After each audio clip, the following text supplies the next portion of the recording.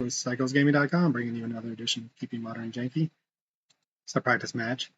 I was just saying, I started another match in the free zone, and they scooped the game one after mulling to forward. Whatever. Just get it. It's the free zone. But what I was saying then was, anytime you have a Psychic Frog in your opening hand in this deck, I think you want to keep, unless it's just absolute garbage. Otherwise, like all lands, or even all lands, to be honest, could be good. On no lands really to cast it. That's how good it is in our deck. All right, well, we'll see if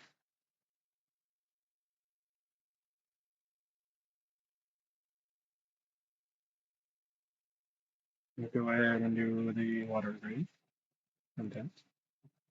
With our concept, please. We want to counter this. Oh, that's not bad at all. So we will put into the graveyard, into the graveyard. Yeah, that one.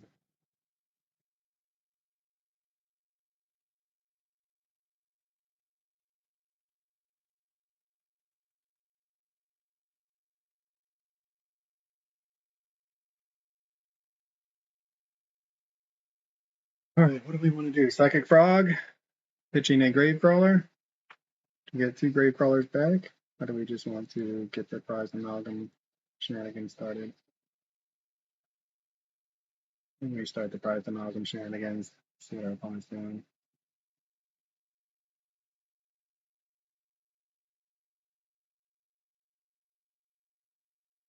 I mean, that is 7 points of power on the battlefield, followed up by Psychic Frog into. I mean, we got a lot going on. Let's just put it that way. I like this hand. I like how it's shaping up. Don't like how we're playing against what looks to be a 5-color money pile control deck that has exile effects, but you know, we're going to try to execute our game plan for what it is. Psychic Frog is a powerful enabler in this deck. Probably the best card in this deck, as it lets us just turns on everything. So what we're going to try to do is just pressure our opponent with what we have and hold on to the Psychic Frog unless we absolutely have to. Island Swamp Mountain. So as this 5-color control, 5-color domain, 5-color energy. I haven't seen any energy cards yet. And there's the bolt. Sure. We can use their resources on our things and continue to come back from the graveyard. It is okay with this.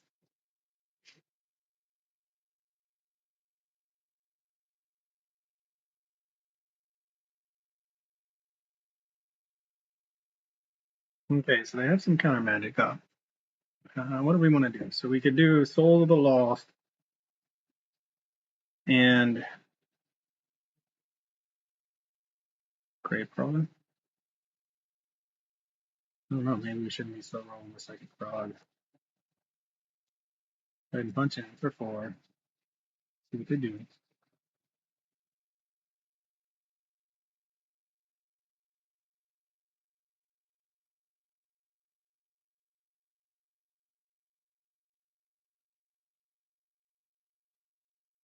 And they can counter the Soul of the Lost if they want.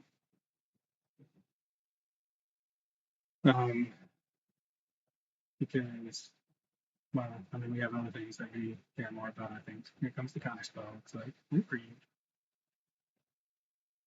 is okay. Grow our board back up. I wonder, I mean, this could be a Indomitable creativity deck, at which point they might just be able to ignore what we're doing starting next turn. Usually Reprieve is in that style of deck. They play like a Dwarven, whatever it's called, to get a dwarf, and then Indomitable creativity for the Archon, we will be in trouble. That is a true statement. Because the life gain is pretty rough. And that looks like what's about to happen. We have the 4 mountains. The 3 other mountains. We don't have anybody to interact.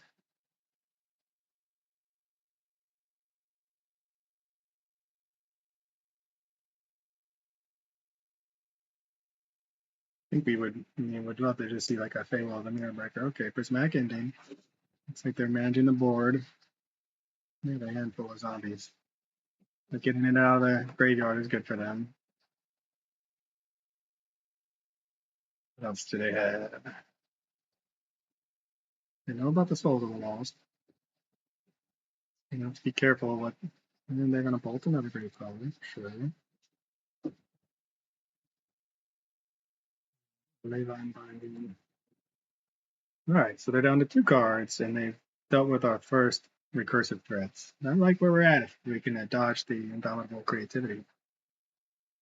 If we can't, then we might be in trouble.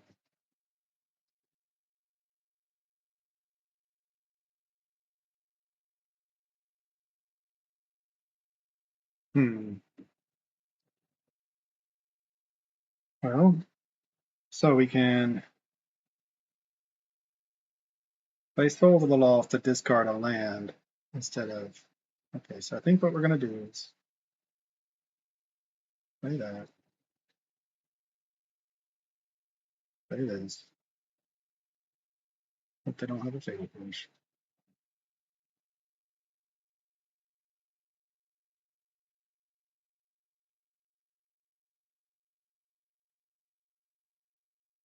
But we want to.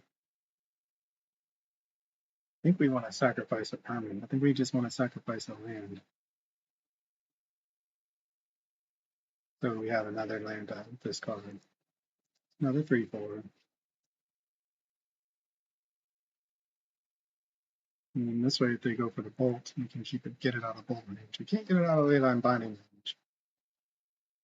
But man, they've had a lot of answers. Double Lightning Bolt, Prismatic Ending, Reprieve, and the Leyline Binding. So if they just finish this off with Indomitable Creativity, it's gonna what a draw from our opponent. That's exactly what's about to happen. It looks like. Holy cow! What a draw. I mean, removal, lands, into Indomitable Creativity. Seems good. Seems like a winning set of cards. Sure.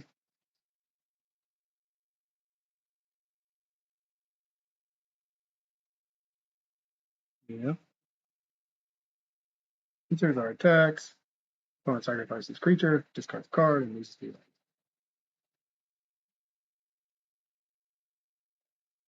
Honestly, I mean, is there any way we can get through the Archon?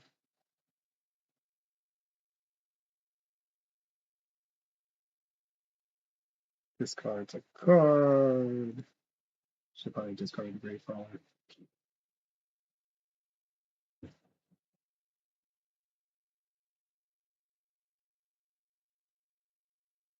They're at 17 is what's so bad. I mean, we're at 9. We're basically at 1, which, what a draw from our opponent. I mean, that is incredible. Incredible.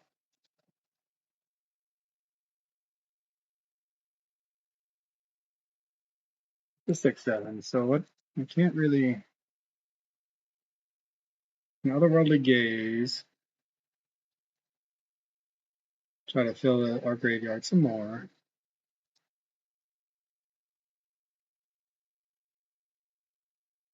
I'm gonna use that earlier. No, it's an 8/9. Don't know if it's enough. We'll see. I mean, it is not quite a 2-turn clock. Can we defeat or resolve the Archon of Cruelty? We have a slight insulation here with the Gravecrawler. So they can attack, we sacrifice it, and it grows. So what we're hoping for is that they are finally out of removal and out of threats. I mean, look at their graveyard. We've had a great graveyard too. Lightning Bolt, Reprieve, Prismatic Ending, Lightning Bolt, Leyline Binding, into Indomitable Creativity. I mean, you couldn't have drawn it up better. Draw a card, create a food, digging for answers. Gonna be no life probably. Gonna go up to 15 is so much. I don't think there's. I'm not sure there's anything we can do, to be honest. Yep. And we have to discard the Reliquary. So we're not going to be able to get those zombies back without something off the top. We are, however, we need 5 points of extra damage to get through the food. See what they have next. Another creature. Blocker. Fable. I mean, Fable would just be this is the icing on an amazing. We've had a great. I mean, look, our graveyard. Thought they've answered two two grave crawlers and prior to amalgam, and we've had a really nice uh, draw ourselves. But the opponent forgot their in combat. I've done that before. So yeah, the opponent though, what a hand. What a hand from our opponent.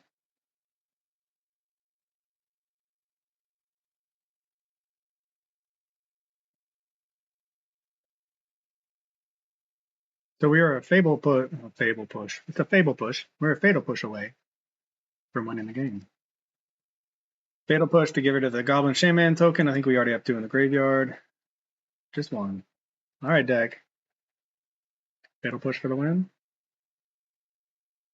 Verdant Catacombs. Not going to get there. What can we do? Anything?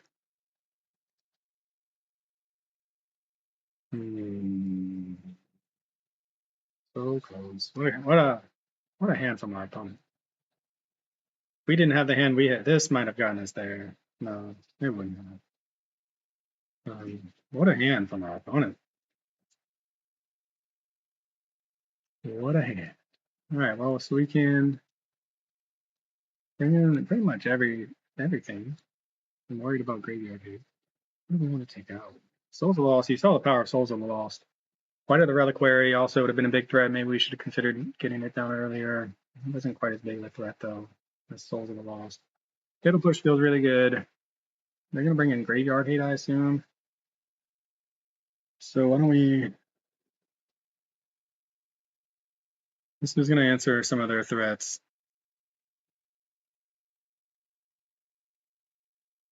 Got the Whites. The Whites. The Whites. There's another quote from the Big Lebowski. What is that? It's my dirty laundry. The Whites. I mean, this is putting us really in on our... This is like our sub plan, right? And we saw the power of Soul of the Lost there with being able to just be lethal with a 1 shot if we could have had a fatal push off the top. Terror Thunders. Yeah, I mean, I think I like all those, so maybe we just take out a Blood Fist, perhaps. Stitches. I mean, the way we're boarding though, we could easily just not execute our game plan and still lose the long game because our opponent will have. So we need a combination of pressure and sideboard cards, which is always the case, really. And here we have our Stitcher Supplier, but we have the 2 cards we want in the graveyard in our hands. Oh, look at that beautiful, beautiful hand of Bloodghasts. Well, we're gonna keep. We're gonna put a Bloodghast to the bottom probably because we want the Bajuka Bog. Our opponent, they often play a sub game themselves of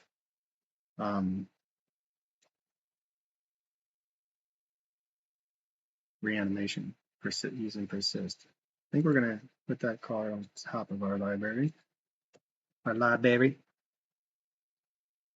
So we're having a Bajuka Bog could help us battle through what their sub game is when they decide to go with their persist route. So we really want to sandbag this as long as possible.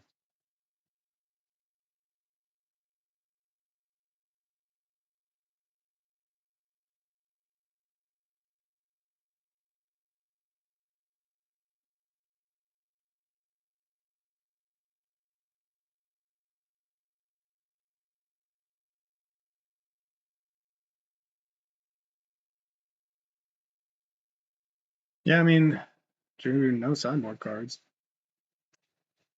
And that might be the difference. We not only have we not drawn our sideboard cards, but we're not really drawing the kind of cards we want to see. I mean, Bloodghast is good in its spot, right? In the graveyard to bring back, to bring back Prized Amalgamar as a 2nd creature spell. Expecting like a rune. Yep. Making their land drops. Man, all right, we can't even surveil. Can we surveil? Let's think about it.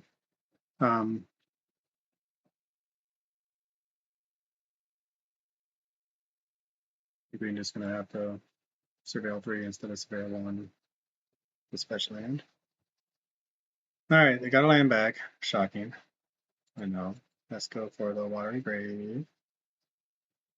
Yeah, we don't even need green anymore, I don't think, except for the sideboard cards. All right. Sorry. Okay, so we're going to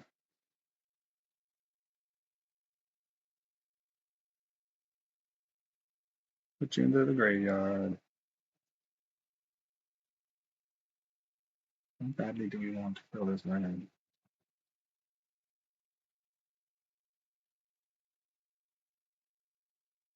Put you into the graveyard. Put you on top.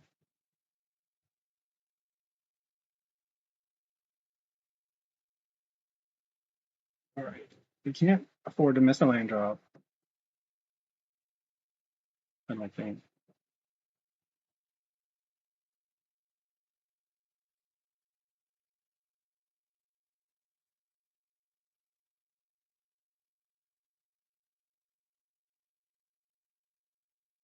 They have the fatal push, but this is going to let them do Indomitable creativity stuff as early as next turn. So we could have just ramped them. Which is very sad for me. I think that might have been a mistake. Might have been a mistake.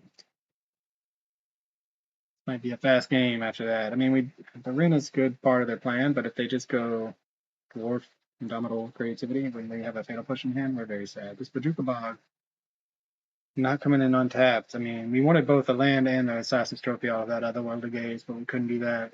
Okay, so they don't get the Dwarf yet. They've dodged a little bit of a bullet.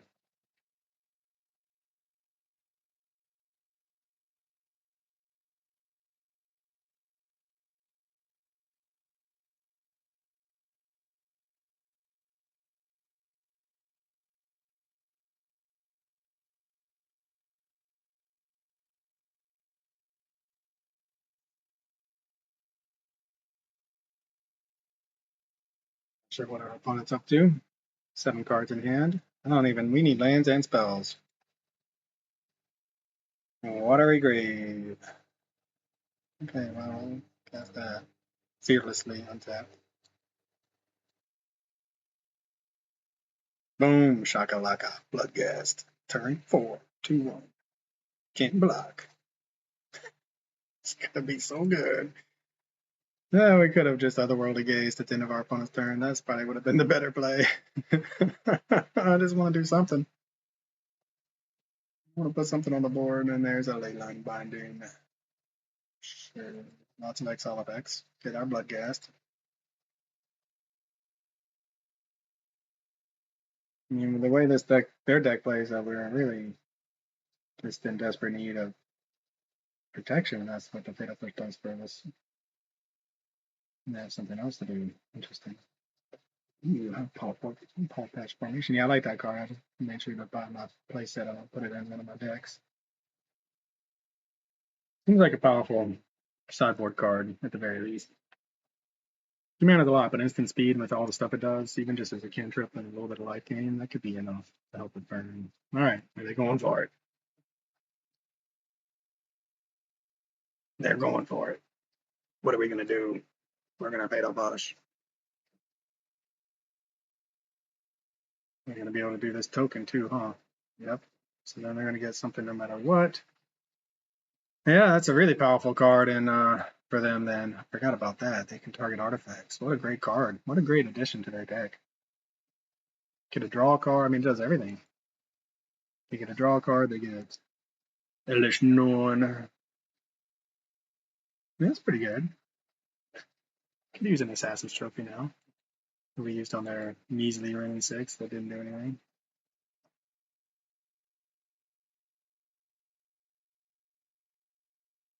Swamp is not really what we need. All right, deck. No, we're struggling. We're struggling.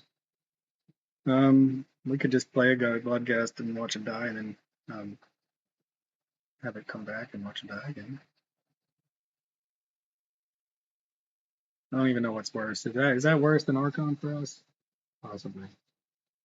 Don't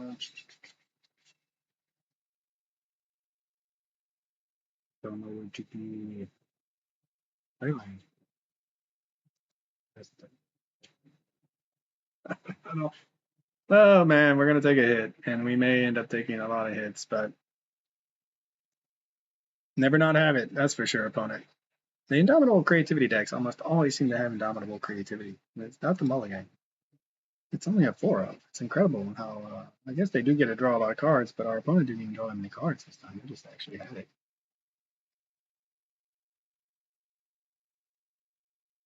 2-11. They don't even need to do anything the rest of the game, but they could. So we'll get another dwarf. Run out of Fable. Yep. The thing about Badruka Bog, it's great, but they're going to be able to discard, and we're not going to be able to do anything. Like they'll discard on their turn. We can't play a land on their turn. So. I know we did find an answer. We will put Otherworldly Gaze into the graveyard, and we'll put this Polluted Filter into the graveyard, and we'll leave this on top.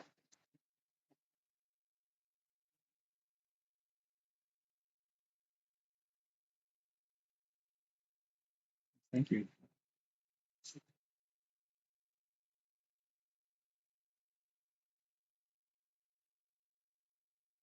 I mean, they might have a reprieve. And we don't care if they do. But I mean, we're just so far behind still. Like they're gonna have something to pitch, and they can persist it right back. Draw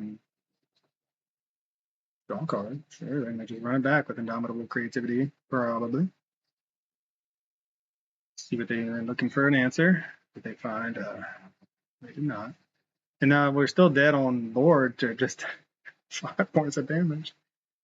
Oh man. Let's go ahead and exile just in case. They have the persist in their hand, and they have no big fatties that they can discard with Fable. We probably just want to run back Otherworldly Gaze, to be honest.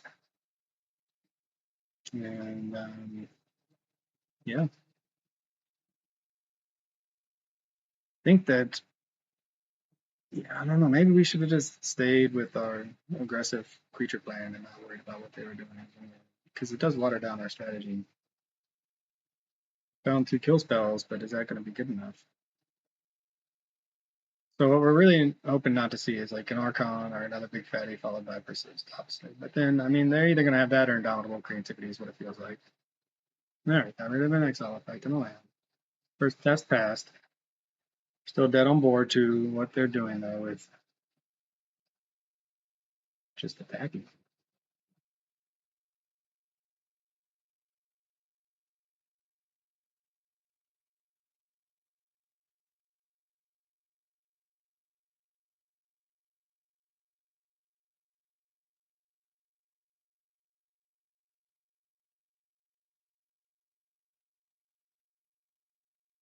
I mean, they could easily just fetch up 2 dwarves at the end of our turn. If we don't put a blocker down, we'll be dead to that. Dwarven Mine. I feel like they should have saved this card, not for Throne of Eldraine, obviously, but for Lord of the Rings.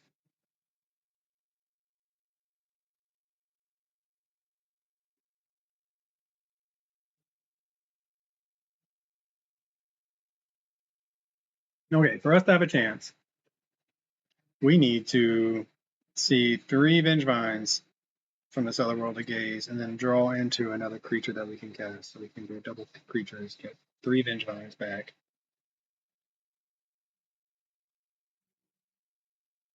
And even then, that's not going to be enough. And they have more. They're not even done yet. They have more things to cast. Indomitable Creativity for 2. And I think that kills us. Man, I mean, this is, I'm just flabbergasted by some of the running from these Indomitable Creativity decks. I know they draw cards, but holy cow, just never not have it is what it's looking like. All right, maybe They're just pretending. Sequel scoop. No, I mean it's great. I mean that's probably why it's one of the better decks in the format. If it can just think, just thinking, well, why bother? If they can run this hot all the time.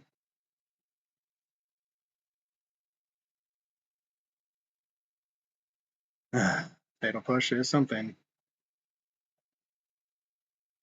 but we need fatal push. We need the prized amalgam. I think we have to like basically put this in the graveyard, put this in the graveyard, put this on top of our library, and okay, there's the fatal push. We're going to Otherworldly Gaze, see what we can find. You really want that Assassin's Trophy a long time ago. Now we're just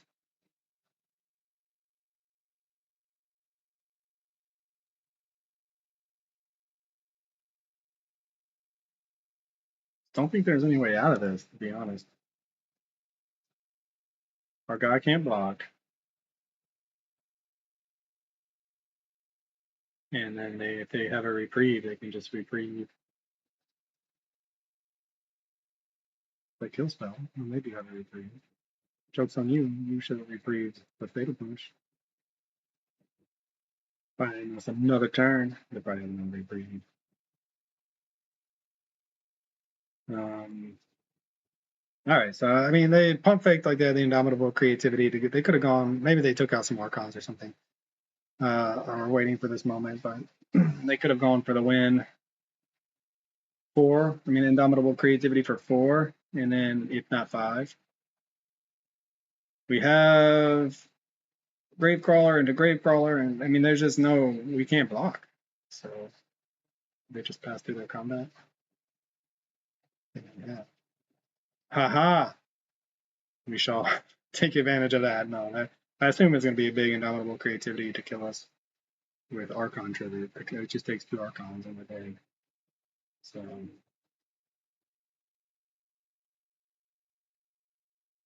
or even something better. Could have something better. Ooh, yeah, look. You just hard cast Iona, Shield of Emiria. Very nice. Can't cast spells of the chosen color. It's black. Alright, GG's. CyclesGaming.com. This is Johnny Cycles. I'll catch y'all on the next one. Man, that was a beatdown.